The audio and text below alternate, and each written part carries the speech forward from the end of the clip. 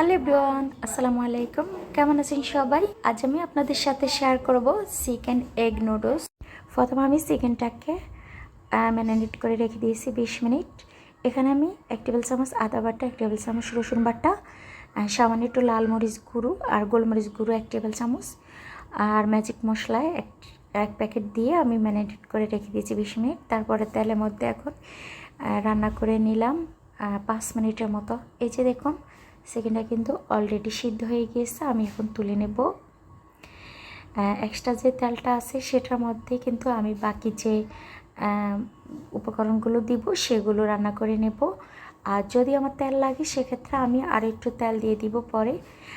এই যে চিকেন গুলো তুলে নেওয়ার পরে কিন্তু আমি এখন যেহেতু এগ সাথে দিব সেজন্যে একই তেলের মধ্যে আমি এখানে এগটা দিয়েছি।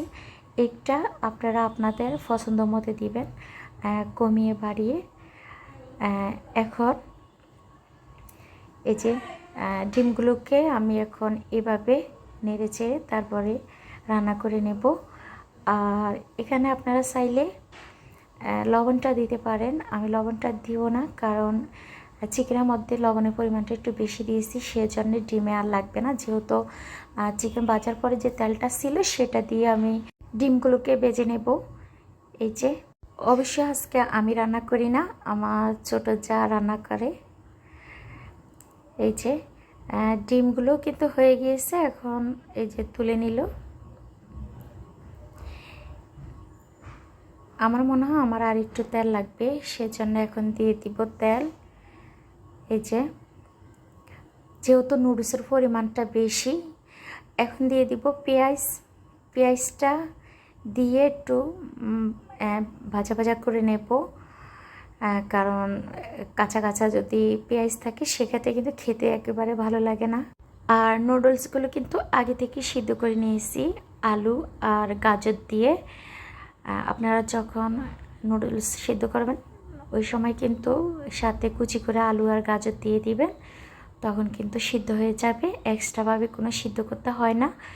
আর এই যে দিয়ে দিলাম টমেটো আর দিয়ে দিব সাথে কাঁচামরিচ দিয়ে আমি একটু কষিয়ে নিব। আপনারা যদি লবণ দিতে চান সেক্ষেত্রে কিন্তু লবণটা এখন দিয়ে দিবেন।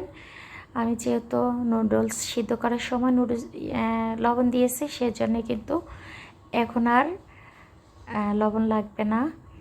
এই যে ভালোভাবে কষিয়ে নিলে কিন্তু টেস্টটা বেশি ভালো আসে। আর এখন আপনারা দিলে সাথে নুডলসের যে মশলা আছে সেটা দিতে পারেন। আমি এখন দিব না, যখন নুডলসটা দিয়ে দিব সাথে পরে দিব। সবগুলো উপকরণ দেওয়ার পরে তখন কিন্তু খেতে বেশি মজা লাগে। এই যে এখন দিয়ে দিব নুডলসটা কিন্তু সিদ্ধ করার পরে ঠান্ডা পানি দিয়ে ধুয়ে নেওয়ার চেষ্টা করবেন।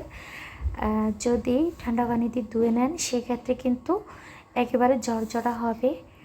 আর যদি আপনারা না ধুয়ে রান্না করেন সেক্ষেত্রে ঝরঝরা হয় না, একটু আঠা আঠা ভাব হয়। এই যে অলরেডি কিন্তু হয়ে আসছে। এখন একটু নেড়ে চেড়ে সব কিছু মিশিয়ে তারপরে দিয়ে দিব ডিম। এই যে ভেজে রাখা ডিম আর চিকেন একসাথে দিয়ে তারপরে মিক্স করে নেব। আর ম্যাজিক যে বা নুডলসের যে মশলা আছে সেগুলো একে একে সবগুলো দিয়ে দিব। দিয়ে দিলে কিন্তু একেবারে আমাদের নুডলস হয়ে যাবে। আমার ভিডিওটি কেমন লাগছে? ভালো লাগলে লাইক, কমেন্টস, শেয়ার করে দিবেন। নতুন হলে সাবস্ক্রাইব করে দেবেন। আজ এই পর্যন্ত, সবাই ভালো থাকবেন। আবার কথা হবে নতুন কোনো ভিডিওর মাধ্যমে। আর আমার চ্যানেলটিকে অবশ্যই আপনারা সাবস্ক্রাইব করে দেবেন। যারা আমাকে সাবস্ক্রাইব করে দিবেন আমি অবশ্য তাদেরকে সাথে সাথে ব্যাগ দিতে না পারলেও যখন আমার চোখে পড়বে তখন কিন্তু আমি ব্যাগ দিয়ে দেই। আর বেশি কথা বাড়াবো না, অলরেডি আমার নুডলসটা হয়ে গিয়েছে। সবাই ভালো থাকবেন, সুস্থ থাকবেন। আজ এই পর্যন্ত, আল্লাহ হাফেজ।